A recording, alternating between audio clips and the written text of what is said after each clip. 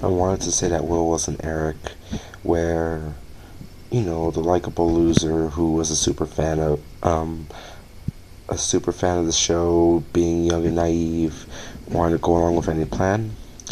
But I see him more as someone who basically flies too close to the sun.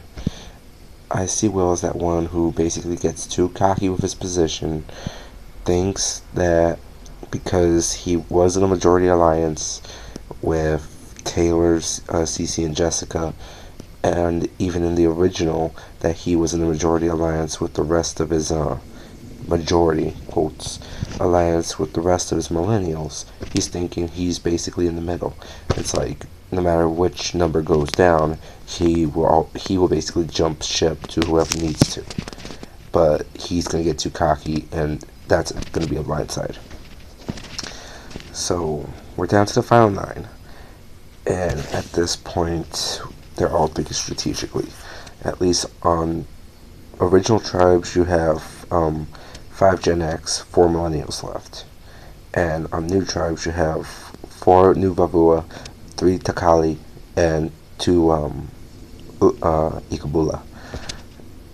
Um, Now, at this point, with Will gone, Taylor, Cece, and Jessica being the 4 strong are basically going to be like, shit, we need to come up with something. We need to come up with something. Now, what I see happening is Michaela's gonna win immunity.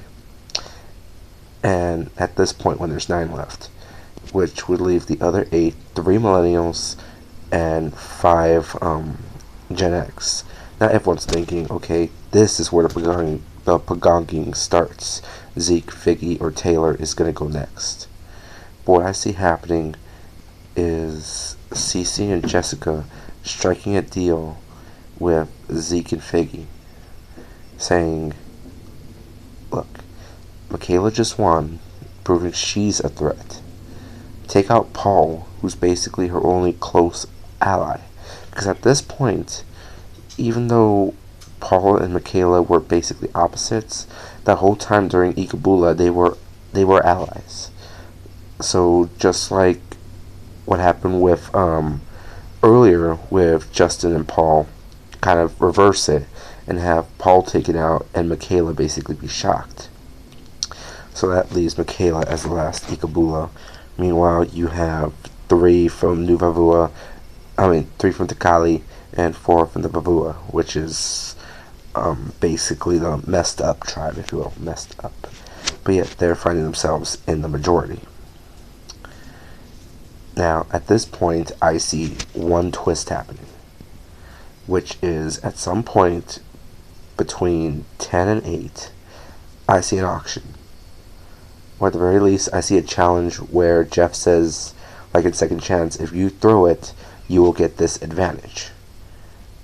I see the advantage being a double vote. Now, with there being 4 Gen X and 4 Millennials, what I see happening is the battle lines will be drawn. Michaela will automatically have to go back to the to her Millennials because she has no other allies left, even though they just basically blindsided her. However, with this vote comes great responsibility, and what I see is either Cece or Jessica, one of those two, basically having this power, basically saying, no matter who is voted for, these 4, pointing at Zeke, Figgy, Ken, and Lucy, are gonna basically rule. And what I see is double vote being used, 5-4, Figgy, blindside. So that leaves 3 Vavua, which is Zeke, Ken, and Lucy, 3 Takali, which is Taylor, Cece, and Jessica, and Michaela being the swing vote. Now, what I see happening is, at this point, you are having the 2 remaining factors basically battling it out. You have Zeke versus Taylor, and you have Ken and Lucy versus Cece and Jessica. It's like there's no middle ground at this point. There's no, at least at this point, and Michaela is the swing vote. But unfortunately, I see Michaela getting a little too cocky. And what's going to happen is Michaela will odds her join the first tribe and basically join Zeke, Ken, and Lucy in trying to get rid of Taylor, Cece, and Jessica. Actually, wait a minute. That doesn't make sense. Give me 1 second. That doesn't make sense because I had Will play the idol. Actually, yeah, it does make sense. I would have Michaela join Zeke, Ken, and Lucy, only to have Cece break out an idol. I actually see Cece, of all people, finding the idol, just stumbling. Like, oh my god, what's this? Ah! And trying so hard to contain herself. That confessional will be fucking priceless. Oh, I'm sorry, I'm not supposed to curse on YouTube. Freaking priceless. And what's going to happen is Cece will actually be smart enough to get Taylor and Jessica to vote Michaela and basically get rid of the swing vote. So that leaves 3 in the middle, 3 on the back. Now, at this point, the lines are drawn. Ken and Lucy would try to get Cece and Jessica back on and just get rid of Taylor and Zeke, but it's basically 3 on 3 now. It's anybody's ballgame. Now, what I see happening is 3 votes Lucy, 3 votes, let's say, Cece, because they see Cece's a threat now. Jeff reminds everyone, okay, if the next vote's a tie, Lucy, Cece, and whoever's immune. Let's just, because this part doesn't really factor in, but let's just say, actually, this part does factor in. I'll say Taylor. Taylor wins immunity this time. So Taylor, Lucy, and Cece are immune. And Zeke, Ken, and Jessica would have to fucking draw rocks. No. Rewind. Ken wins immunity. Sorry.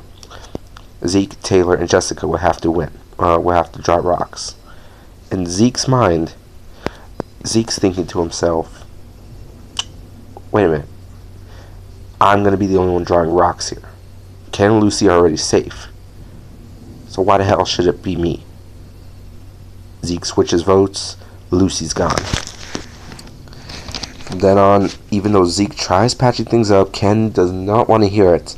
And Ken will probably go on some big rants about how Zeke is the epitome of what is wrong with, the epitome of what is wrong with Gen X. At that point, someone else wins immunity. It's probably a 3 on 2 or even a 4 on 1 vote on Ken. Ken's voted out at 5th. To finish it off, we're at the finale. You're down to 2 millennials, Zeke and Taylor, and 2 and 2 Gen Xers, Cece and Jessica. Now, at this point, everyone's basically like, whoever wins final immunity will make it to the final jury. Plain and simple. Now, Cece, Taylor, and Jessica are together, no doubt. I see Zeke pulling out the final victory. The only reason I say this is because the final challenge is usually either a puzzle or some sort of endurance, like holding up vases and last one to fall wins. I see Zeke with that kind of endurance, so I'll at least give him that. Zeke makes it to the final 3, which means Taylor, Cece, and Jessica have to vote each other out, with Zeke basically playing Easy Rider. They vote Cece out. I don't even see a fire challenge. I see Taylor and Jessica basically looking at each other and saying, no, Cece is a jury threat. She did not piss anyone off. She made a good portion of power moves, and she's going to be able to convince the jury that she deserves that million. And they're going to cut the head off of the snake right there. So, we're down to the final 3. Zeke, Jessica, and Taylor. Zeke was getting third, probably only get one vote if that. And the only reason I say that is because there's one key point with Zeke throughout my whole narrative, which is him constantly flip-flopping. He basically tried pulling a Sandra, but failed miserably, and the jury saw that. Jessica will probably get a better vote because down the line, Jessica basically showed her alliance, was part of the Final Four, and at least has one vote in CC. However, I'm predicting the winner is going to be Taylor, because throughout everything, Taylor basically orchestrated everything.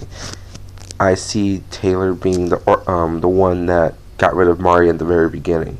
I see Taylor being the one that told Will, dude, play the idol, either for you or for me. You have to. Come the merge, I see Taylor basically being that guy. He knew when to make strategic moves and when just to sit back and let the conflict fly. He knew when to win endurance challenges, and he knew when to step out because he knew he wasn't in trouble. And for me, Taylor will win. Now, my next videos obviously will be I have 3 videos coming up. Best songs of 2015, my own personal Survivor 34 boot list, which I personally thought of, once again, kind of a fantasy booking. And then based on what we know of who makes it. And then basically live commentary on a brand steel simulation of season 34. Heck, if need be, I'll even simulate Millennials on brand steel and see how that goes. With that said, I hope you guys enjoyed my story, and I'm sorry if it was so long. I just love talking. Alright, peace out, yo.